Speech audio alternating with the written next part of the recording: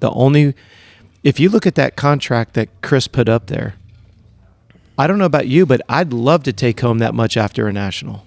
Yeah. That MX Sports is taking home. So when we say that there's no money to be had, and you're looking at, you must put up this much money, I think it's within, what is it, Chris, 48 hours after the race? 100K? Yeah, something like that. And then you've got to give up, if you go and you look at what Chris posted, you've got to give up a percentage of the merchandise, which, by the way, correct me if I'm wrong, Chris, I think it's an 80-20 split, which I have a problem with that right off the bat.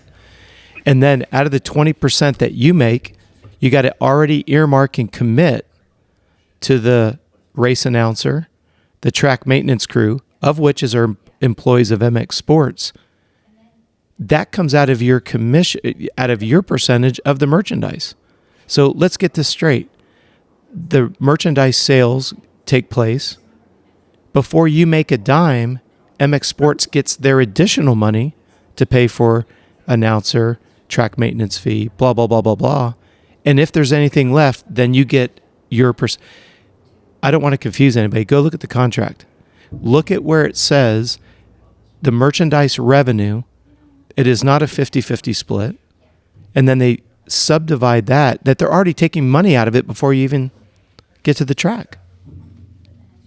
They're saying you're going to pay the $100,000 and you're going to pay the announcer, which I think they say there could be 2 to 3 announcers at $2,000 a piece. So your merchandise sales are already in the whole $6,000. If you go with 3, let's just go with 1. You're already in the whole $2,000 on merchandise. Then their track maintenance fee, I think they bring in John Ayers or whoever they do to maintain the tracks. Your merchandise sales are at a negative before the first person walks in the gate. And all of that upfront money is immediately siphoned over to MX Sports.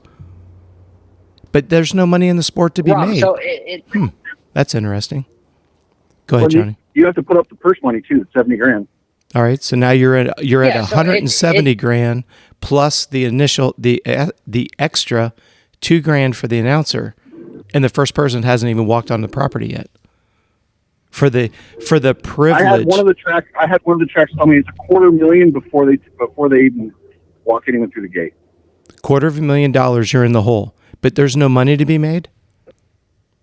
We got Kevin Rance in studio. Do you think on paper it's very advantageous for Kevin? Does a $250,000 sound pretty good? Kev's got a lot of money. What are you talking about? Okay, great. Kev's rich. That's what he makes from Patreon, I heard. Yeah, that's what he makes from Patreon.